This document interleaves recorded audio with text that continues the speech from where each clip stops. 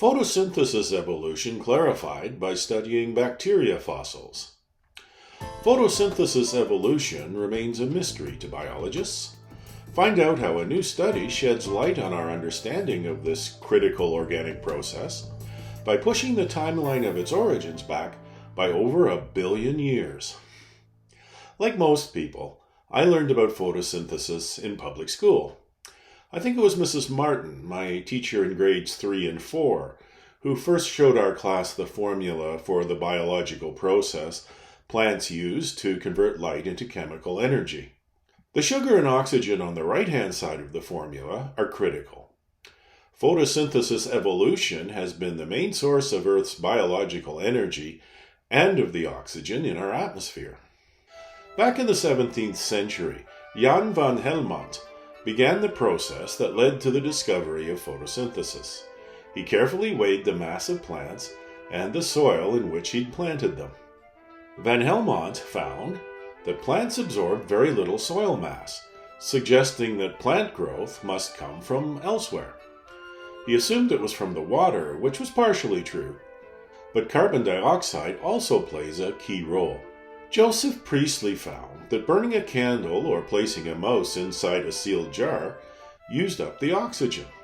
Further, he discovered that putting a plant inside the jar restored the oxygen over time.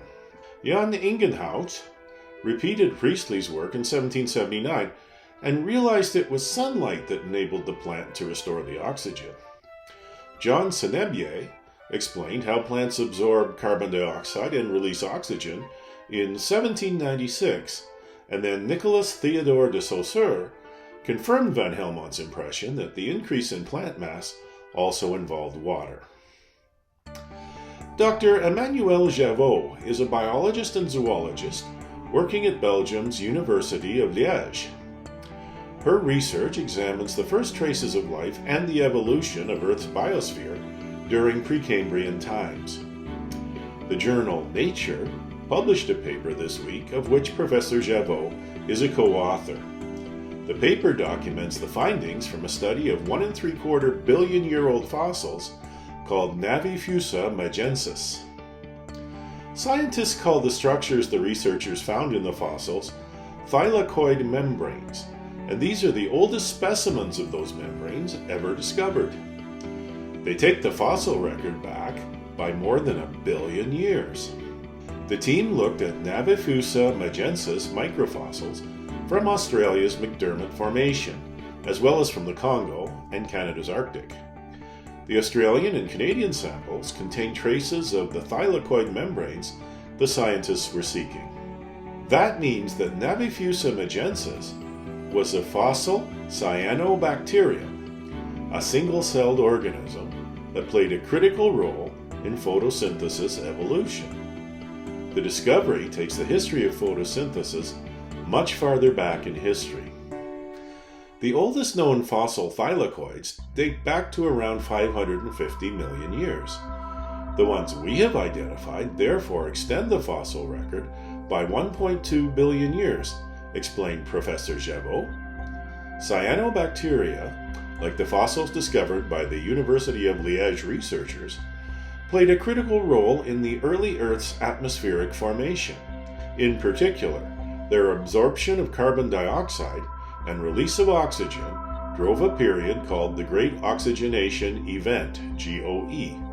The GOE took place about 2.4 billion years ago, but scientists don't fully grasp the sequence of events during that period or the kinds of cyanobacteria that took part in it.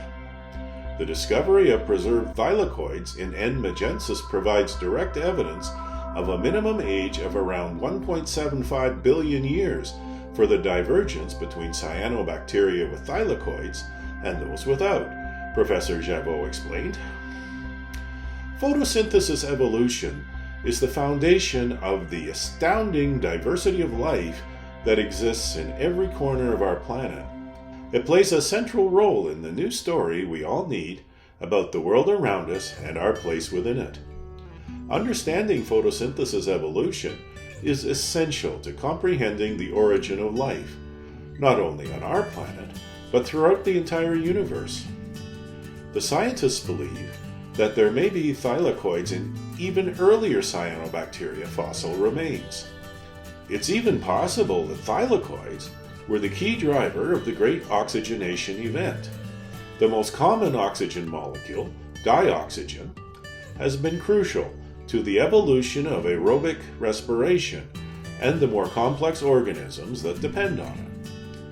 Professor Javot concluded by saying, "Microscopic life is beautiful, the most diverse and abundant form of life on Earth since the origin of life.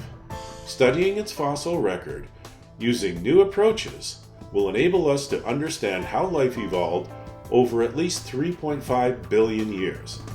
Some of this research also tells us how to search for traces of life beyond Earth." We always have more to learn if we dare to know.